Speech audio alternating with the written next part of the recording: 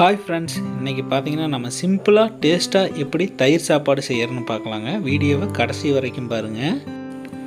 ஒரு மிக்ஸி ஜாரில் தயிரை பார்த்தீங்கன்னா கட்டியாக இருந்த தயிரை தண்ணியாட்டம் அடித்து எடுத்து வச்சுருக்குறேங்க. அதுவாக பார்த்தீங்கன்னா 1 டம்ளர் பால் இதில் ஆட் பண்ணிக்கலாங்க. இந்த தயிரோட 1 டம்ளர் பால் ஆட் பண்ணிக்குவோம். இதில் பார்த்தீங்கன்னா 1 டேபிள் ஸ்பூனு நான் கல்லுப்பு ஆட் பண்ணியிருக்கிறேங்க. கல்லுப்பு ஆட் பண்ணிவிட்டு இது நல்லா கலக்கி விட்டுறலாங்க. இந்த உப்பு கரையிற அளவுக்கு நல்லா கலக்கி விட்ருவோம்.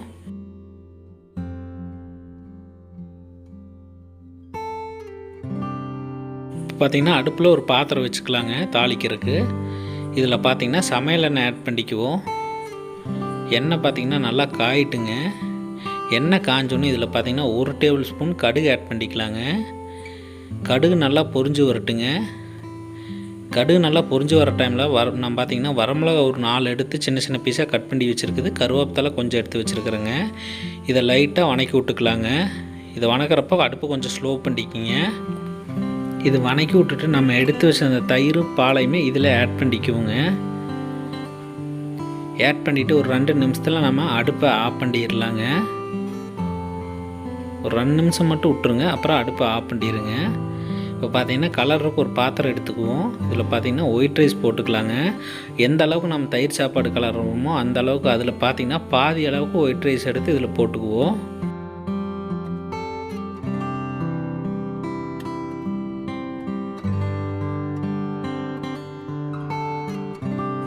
பாதி அளவுக்கு போட்டுட்டு மிச்ச பாதி பார்த்திங்கன்னா இந்த மிக்சியில் போட்டுக்கலாங்க.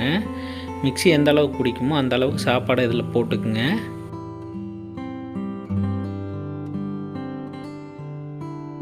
போட்டுட்டு இதில் பார்த்திங்கன்னா லைட்டாக தண்ணி ஊற்றிக்கலாங்க. இது லைட்டாக அடித்து எடுத்துக்கலாங்க. ரொம்ப அடிக்க வேண்டாம், ஒரு 2 சுற்று மட்டும் போட்டு எடுத்துக்குங்க. பாதி பாதி ஆனால் போதும், சாப்பாடு பாதி பாதி ஆனால் போதும். இதை இதில் போட்டுக்கலாங்க.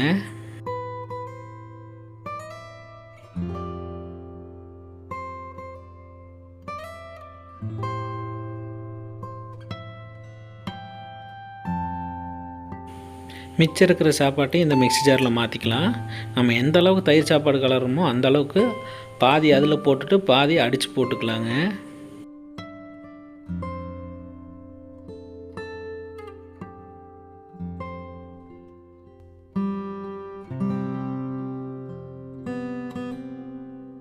இதில் கொஞ்சமாக தண்ணி ஊற்றி லைட்டாக அடித்து எடுத்துக்கோங்க.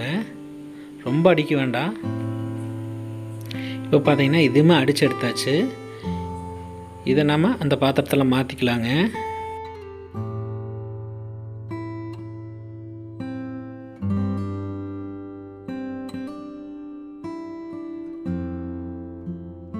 இப்போ மாற்றிட்டு நம்ம எடுத்து வச்சுருந்த தாளித்து வச்சுருந்த அந்த பாலையுமே இதில் ஊற்றிக்கலாங்க. பாலையும் தயிர் தாளித்து வச்சுருந்தோம், அதை இதில் ஆட் பண்ணிக்குவோங்க.